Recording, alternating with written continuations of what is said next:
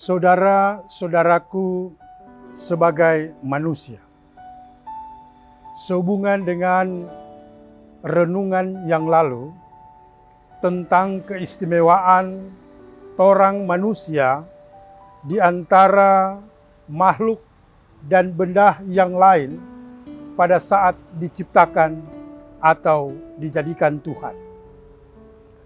Karena begitu istimewanya manusia, sehingga Daud, seorang raja Israel dan penulis banyak mazmur, dalam satu lirik mazmur yang diiringi gitit semacam kecapi dari Mazmur 8 ayat 5, dia sempat bertanya tentang apa dan siapakah manusia itu.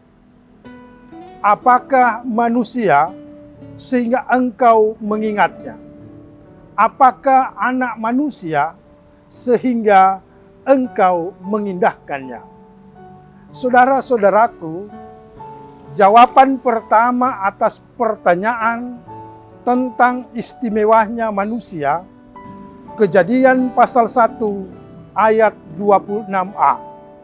Berfirmanlah Allah, baiklah kita menjadikan manusia.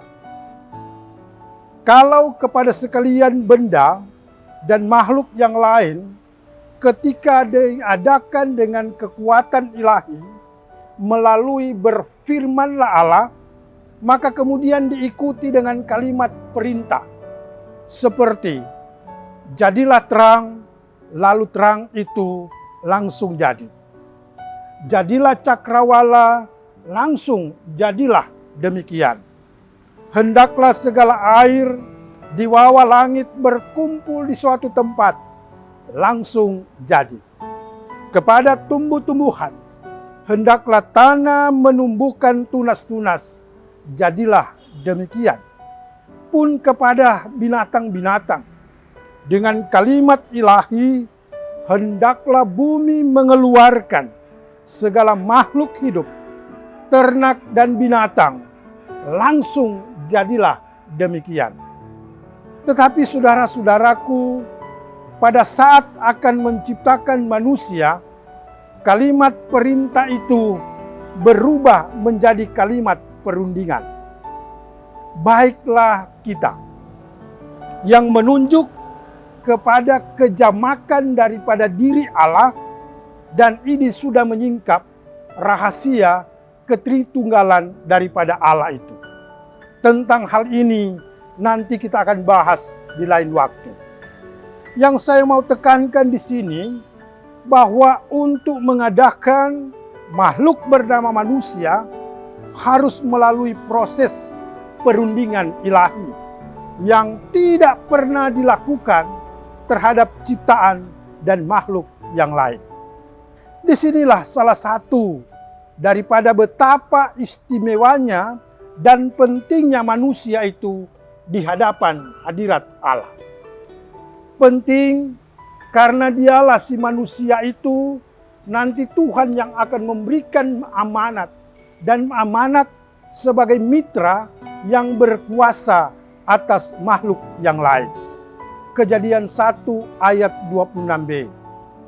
Supaya mereka berkuasa atas ikan-ikan di laut dan burung-burung di udara, dan atas ternak, dan atas seluruh bumi, dan atas segala binatang melata yang merayap di bumi.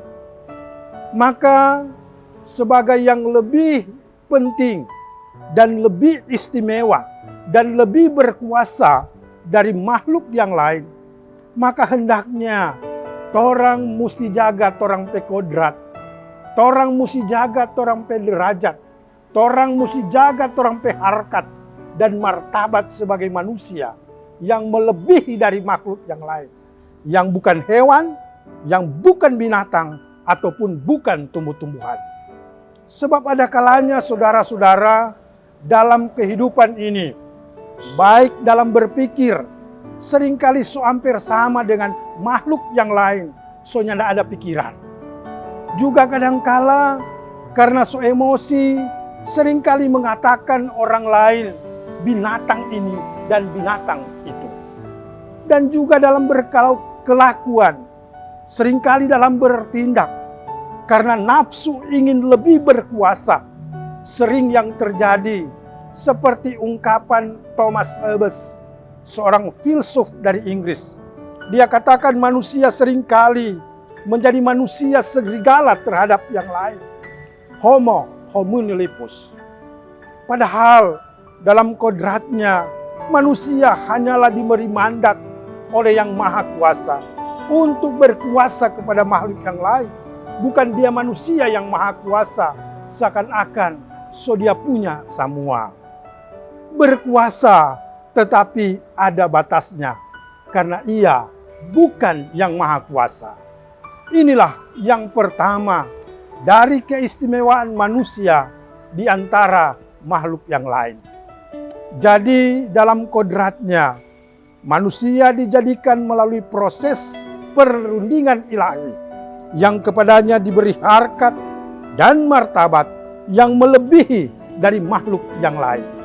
Karena kepadanya juga diberi mandat sebagai mitra yang dapat berkuasa terhadap makhluk yang lain.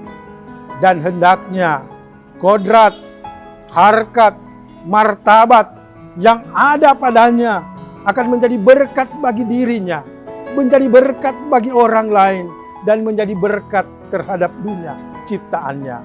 Karena untuk itulah kita manusia dijadikan Tuhan. Ini baru satu dari keistimewaan kita sebagai manusia. Kedua dan ketiga dan seterusnya kita akan ikuti pada renungan berikutnya. Mari kita berdoa. Ya Allah, Tuhan dan Sang Khalik yang telah menciptakan kami manusia dalam kodrat yang berharga dari makhluk yang lain. Mampukanlah kami dengan kodrat yang istimewa itu. Kami menjadi berkat bagi diri kami, tetapi juga bagi sesama dan lingkungan kami. Supaya kehendak-Mu lah yang jadi terbaik dan terindah bagi kami manusia.